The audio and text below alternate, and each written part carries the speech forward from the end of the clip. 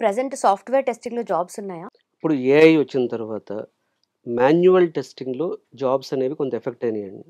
కానీ ఓవరాల్‌గా ప్రపంచంలో డెవలప్ చేసే ప్రతి ప్రాజెక్ట్‌కి టెస్టింగ్ కావాలి. బట్ టెస్టింగ్‌లో కొన్ని కేటగరీస్ ఉంటాయి. మాన్యువల్ టెస్టింగ్, ఆటోమేషన్ టెస్టింగ్ అని, పెర్ఫార్మన్స్ టెస్టింగ్ అని, సెక్యూరిటీ టెస్టింగ్ అని ఇట్లా ఉంటాయి.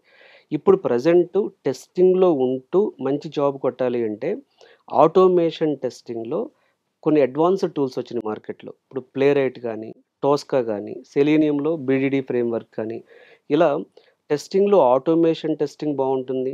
క్లౌడ్ డేటా టెస్టింగ్ అంటాం. ఇప్పుడు ఒకప్పుడు ఈటీఎల్ టెస్టింగ్ అనేవాళ్ళు. ఇప్పుడు క్లౌడ్ టెస్టింగ్ అంటున్నారు. తర్వాత API automation testing, rest assured అని చెప్పి ఇట్లా ఏపీఐ ఆటోమేషన్ టెస్టింగ్‌లో కొన్ని టూల్స్ ఉంటాయి. అలాగే పెర్ఫార్మన్స్ టెస్టింగ్‌లో నియోలోడ్ అని, జేమీటర్ అని, లోడ్ రన్నర్ అని సో, పెర్ఫార్మన్స్ టెస్టింగ్‌లో కొన్ని టూల్స్ ఉంటాయి. అలాగే ఇప్పుడు ఏఐ ఆటోమేషన్ టెస్టింగ్ టూల్స్ వచ్చినాయి. అంటే ఒక టెస్టింగ్ ప్రొఫైల్ బావుండాలి అంటే ఆటోమేషన్ టెస్టింగ్ టూల్ ఒకటన్నా తెలియాలి. సెలీనియం గానీ, ప్లేరైట్ గానీ, టోస్కా గానీ, పెర్ఫార్మన్స్ టెస్టింగ్ టూల్ ఒకటన్నా తెలియాలి. ఏపీఐ ఆటోమేషన్ టెస్టింగ్ టూల్ తెలియాలి.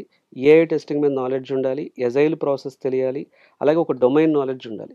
ఇలా గాని టెస్టింగ్ రెజ్యూమ్‌ని బిల్డ్ చేసుకుంటే సో, డెఫినిట్‌గా వాళ్ళకి ఫ్యూచర్ బావుంటుంది. మాక్సిమం టెస్టింగ్ ప్రాజెక్ట్స్‌లో క్లౌడ్ నాలెడ్జ్ అడుగుతున్నారిప్పుడు.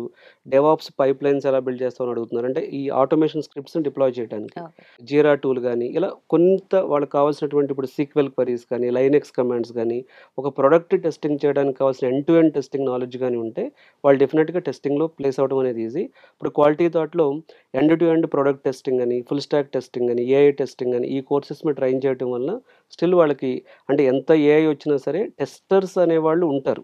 సో, టెస్టింగ్ లేకుండా ప్రాజెక్ట్ డెలివర్ అవ్వదసలు.